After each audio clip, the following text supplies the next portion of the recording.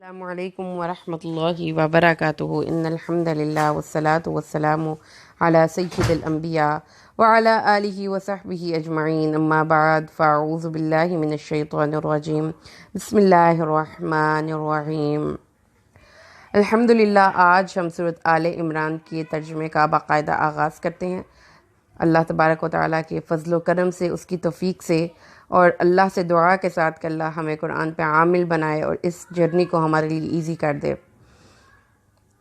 سورۃ آل عمران کی پہلی 2 آیات کا آج ہم ترجمہ اور معنی کی مختصر سی وضاحت پڑھنے کی اللہ کے حکم سے کوشش کرتے ہیں۔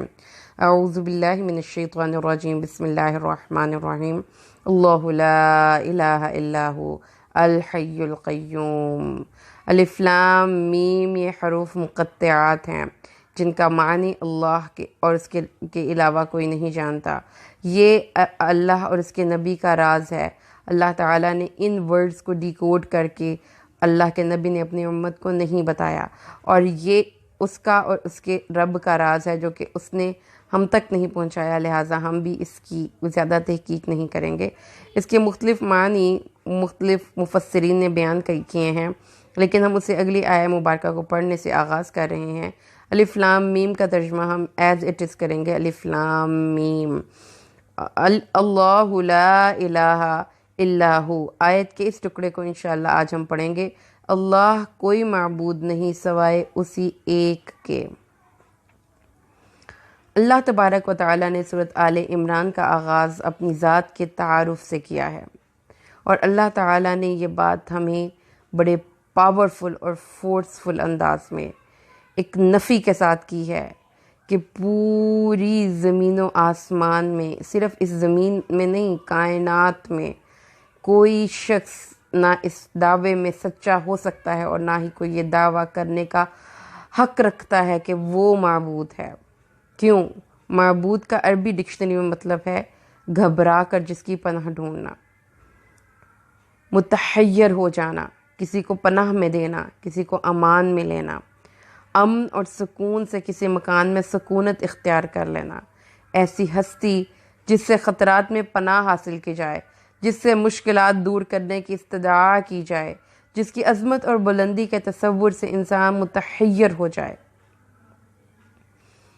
It basically means to accept someone's subjugation, means to seek someone's refuge in distress, means to be surprised, to give refuge to someone۔ اور ان حالات میں بعض یہ کہتے ہیں کہ اس کا مطلب یہ ہے کہ the person become a slave and he enslaved him۔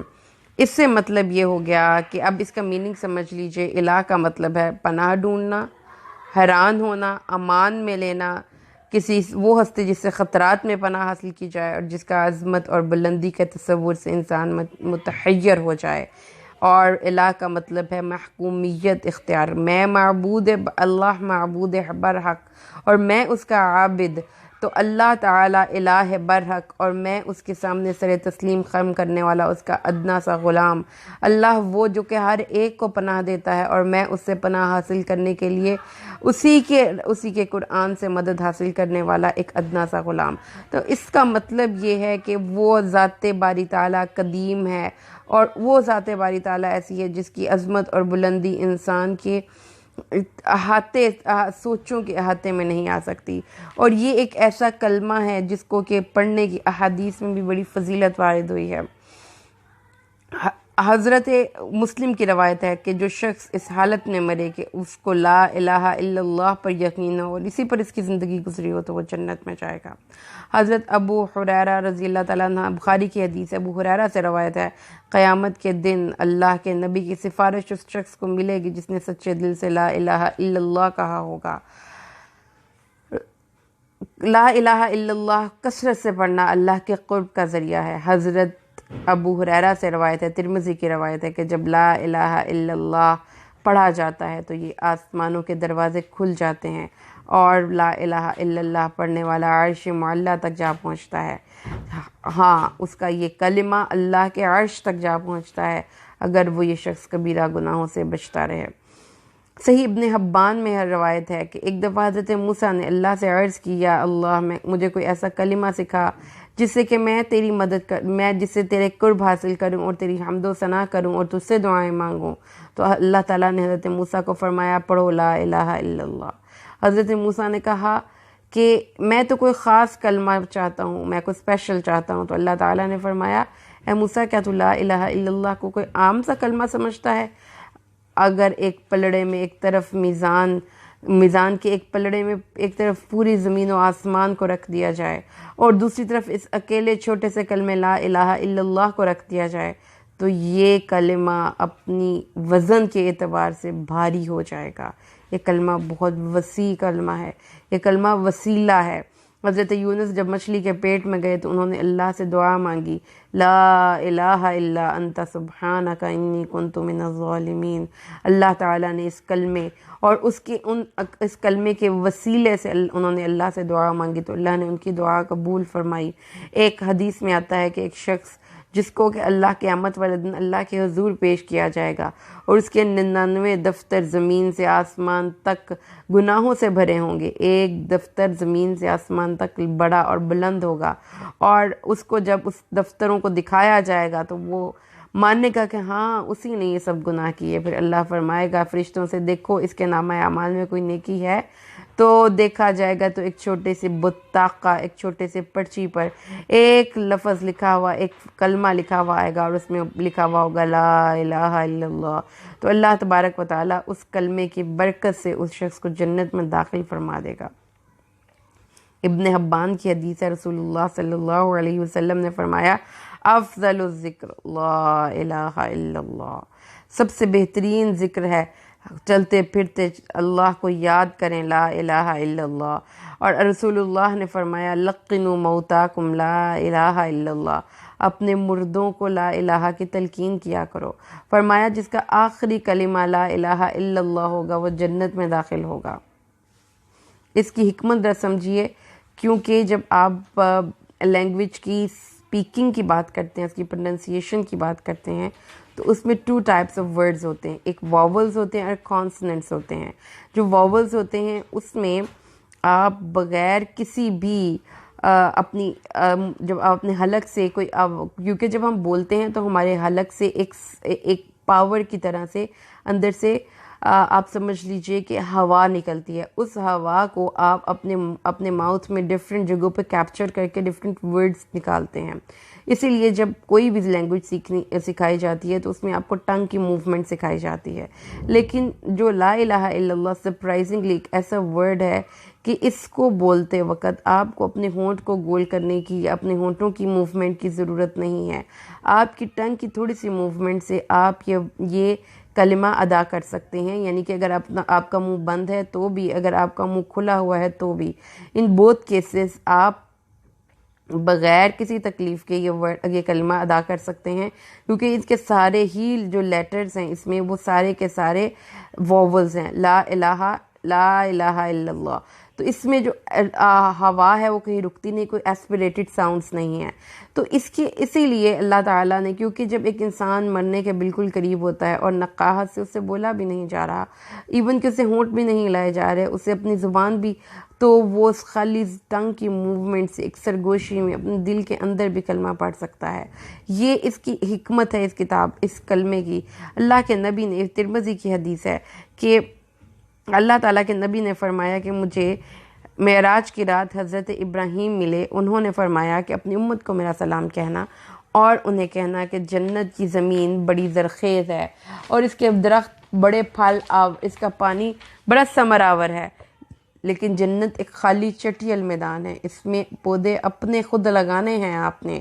ہر دفعہ سبحان اللہ کہنے سے جنت میں پودا لگتا ہے، ہر دفعہ الحمدللہ کہنے سے جنت میں پودا لگتا ہے، ہر دفعہ اللہ اکبر اور لا الہ الا اللہ کہنے سے جنت میں پودا لگتا ہے۔ تو جنت ہری بھری سرسبز و شاداب ہوگی ان لوگوں کی جو کہ ہر وقت اللہ کو یاد کرتے ہیں اور کلمہ طیبہ کا ورد کرتے رہتے ہیں۔ اور اس کلمہ طیبہ کے بارے میں قرآن پاک میں اللہ نے ارشاد فرمایا مَثَلُ كَلِمَةٍ طَيِّبَةٍ كَشَجَرَةٍ طَيِّبَةٍ أَصْلُهَا ثَابِتٌ وَفَرْعُهَا فِي السَّمَاءِ تُؤْتِي أُكُلَهَا كُلَّ حِينٍ بِإِذْنِ رَبِّهَا۔ اس کلمہ طیبہ کی مثال اس پاک درخت جیسی ہے جس کی جڑیں زمین کے اندر پیوست ہوں اور جس کی شاخیں آسمان کی بلندیوں کو چھو رہی ہوں، اور وہ ہر وقت ہی اپنے رب کے حکم سے پھل دے۔ کلمہ طیبہ کا درخت کبھی بھی خزاں آلود نہیں ہوتا، اس پہ کبھی پت جھڑ نہیں آتی۔ اللہ کے عرش کے خزانوں میں سے خزانہ ہے۔ جو یہ کلمہ ادا کرتا ہے وہ اللہ کا قرب پاتا ہے۔ جو مرتے وقت یہ کلمہ ادا کرتا ہے اللہ اس کو جنت میں داخل کرتا ہے۔ رسول اللہ نے فرمایا ہے کہ جو شخص کلمہ طیبہ پڑھے اور اسی پر اس کی زندگی گزرے اور اسی پہ وہ فوت ہو جائے تو وہ میری شفاعت کا حقدار ہوگا۔ تو کتنا عظیم الشان کلمہ ہے۔ اللہ نے اپنی عظیم الشان وحدانیت اور توحید کا اس میں اظہار کیا۔ اللہ تعالیٰ نے ہمیں یہ چیز سمجھائی کہ وہی معبود برحق ہے، اس کے علاوہ کوئی معبود نہیں۔ حدیث کی الفاظ سن لیجئے، رسول اللہ نے فرمایا ہے کہ جو شخص یہ کلمہ صبح اور شام 10 دفعہ پڑھے، لا الہ الا اللہ وحدہ لا شریک لہ لہ الملک و لہ الحمد وہو علی کل شیء قدیر، تو اس کو آل اسماعیل کے 10 غلام آزاد کرنے کا ثواب اس کے نامہ اعمال میں لکھ دیا جاتا ہے۔ اور آل اسماعیل کا ذکر کیوں کیا گیا؟ کیونکہ یہ ایک ایسی آل ہے جس کو اللہ نے سرپرائزنگلی اس آل میں کوئی بھی ولد الزنا پیدا نہیں ہوا۔ یہ سرپرائزنگلی بڑی پاک باز آل ہے۔ آل اسماعیل، اللہ کے نبی نے فرمایا کہ جو شخص یہ کلمہ صبح شام 10 ٹائمز پڑھ لے گا اس کو ثواب اتنا زیادہ ملے گا۔ پھر ایک اور حدیث میں ہے کہ جو شخص یہ کسی بھی وقت دن میں 100 دفعہ پڑھ لیتا ہے، لا الہ الا اللہ وحدہ لا شریک لہ لہ الملک و لہ الحمد وہو علی کل شیء قدیر، تو یہ کلمہ اس کو شیاطین اور جنات سے پروٹیکشن کا باعث بنے گا۔